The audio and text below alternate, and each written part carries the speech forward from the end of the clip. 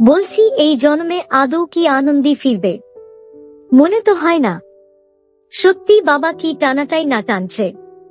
আর সবথেকে বেশি খারাপ লাগছে আদিকে দেখে।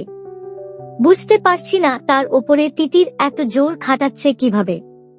আর আদিকেও দেখছি সে মুখে না না বলছে, অথচ তিতির জোর খাটিয়ে তাকে যে সবকিছু করিয়ে নিচ্ছে। বাকি আজকে তো অমৃতাও কিছু করতে পারল না। বাজি কিন্তু সেই নন্দিনী মুখার্জি ও সুপাইনি মেরে বেরিয়ে গেল। এদিকে তিতিরও আবার জোর করে আদিকে বিয়ের মণ্ডপে বসে সই করতেও রাজি করে নিল।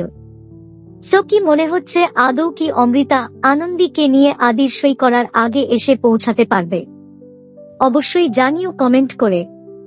দেখুন আনন্দী প্রতিদিন সন্ধে 6:30-এ শুধুমাত্র জি বাংলায়।